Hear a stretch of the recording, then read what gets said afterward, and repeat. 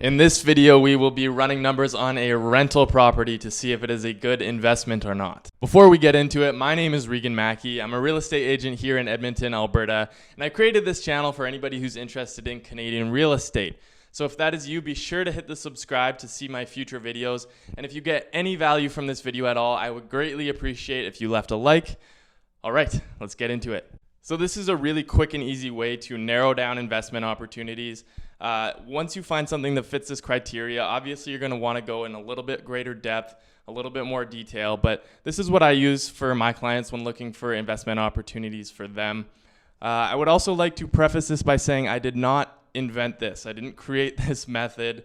It's quite standard all the way across real estate investing. It's very, very basic. So let's get into it. We're going to start off with a purchase price of $250,000. Now, in your market, if you can't get a house for $250,000, do not worry about it. If you're in Toronto or Vancouver and your properties are up over $1 million, just type it in the same way, same taxes, same insurance, same everything. It should work out the same. So in my market, rental income, we can start with about $2,000 a month. Now, in your market, you would obviously adjust that to what the market is holding. But in a single family home, typically you're only going to be working with rental income. Once you get to the apartments or the commercial deals, you can start charging for laundry and you can start charging for parking. There's a number of different things. But in a single family home, you're only going to be working with rental income. All right, next we are dealing with expenses. Now, obviously these are going to be adjusted for your market, and my numbers are simplified for example's sake. But first two are easy. Taxes, we pay about $150 a month, and insurance about $100.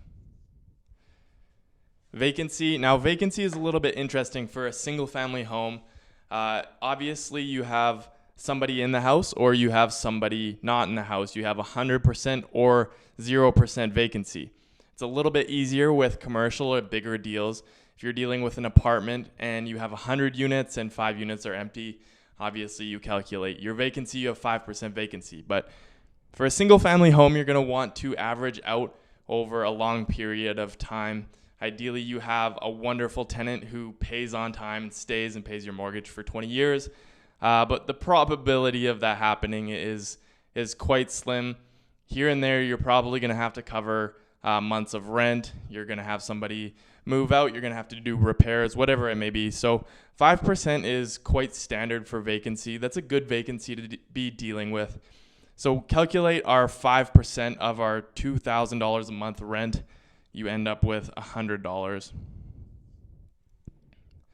CapEx. So CapEx stands for capital expenditures.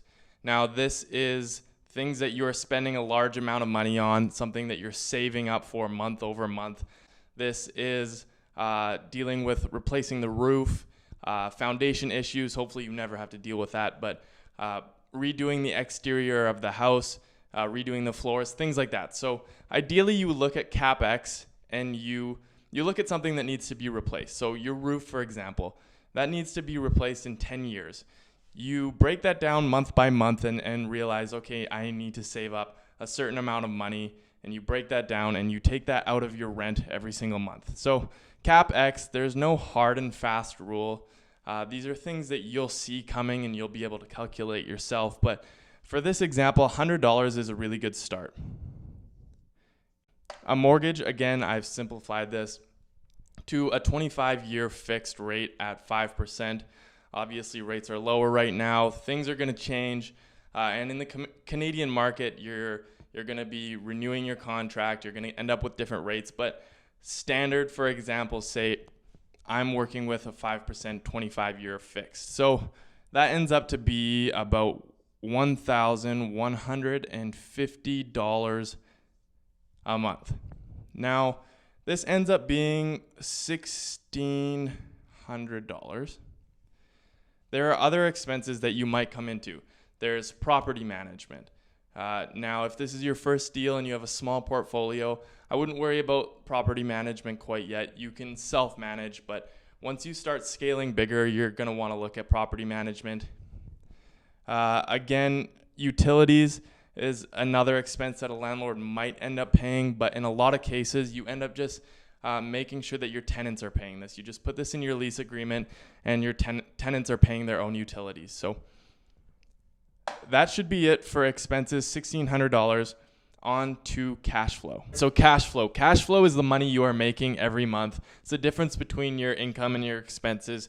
Quite standard, but it's the money that's coming into your pocket. So $12,000 is your, or $12,000, that'd be nice. $2,000 is your monthly income, and your expenses is $1,600. So that leaves you with $400 a month in cash flow.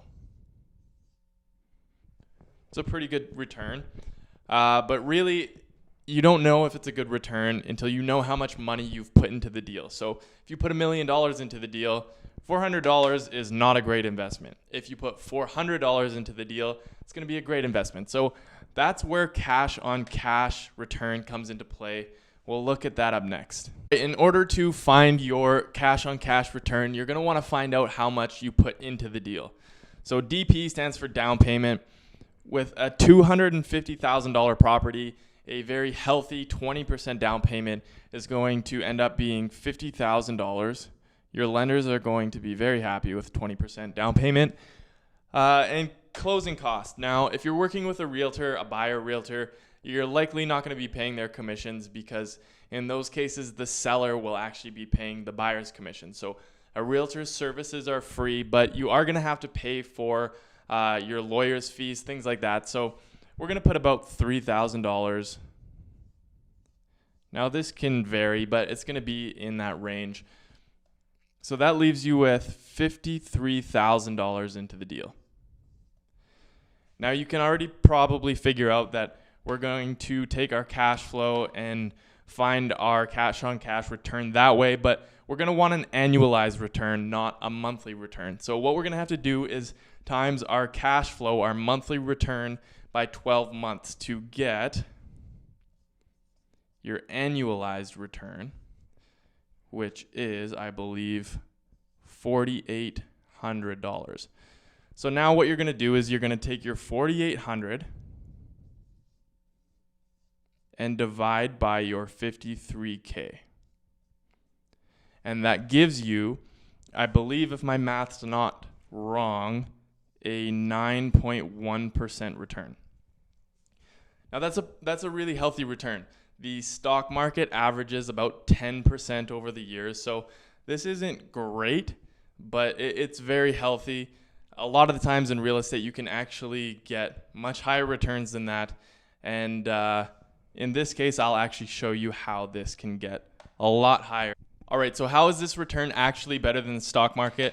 I said that we got a 9.1% return, and the stock market historically returns about 10%. So if we look at it in terms of overall net worth growth, if we're taking into account principal pay down, the amount that your mortgage is going down, your renters are paying for you every single month, you're actually going to end up with a much higher return. Now, this isn't money that you can access right away, but it is adding to your net worth, and you'll be able to access it later through a cash out refinance. So if we take into account the same mortgage that I talked about over here, we are going to end up paying, or your renters are going to end up paying, about $5,150 a year.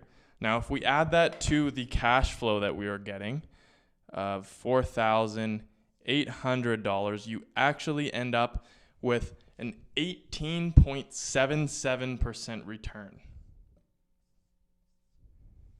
Now, that is quite significant. That is awesome. You're going to be returning your money in a few short years.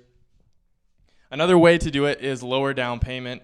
Although if you go this method, you are going to end up with higher mortgage payments, lower cash flow. It's going to affect your returns, but you can analyze that in specific situations, and I will definitely be touching on that in future videos. So guys, if you got any value from this, I would really appreciate if you left a like. If you would like to see future videos, I would appreciate if you click the subscribe button, and we will see you in the next video.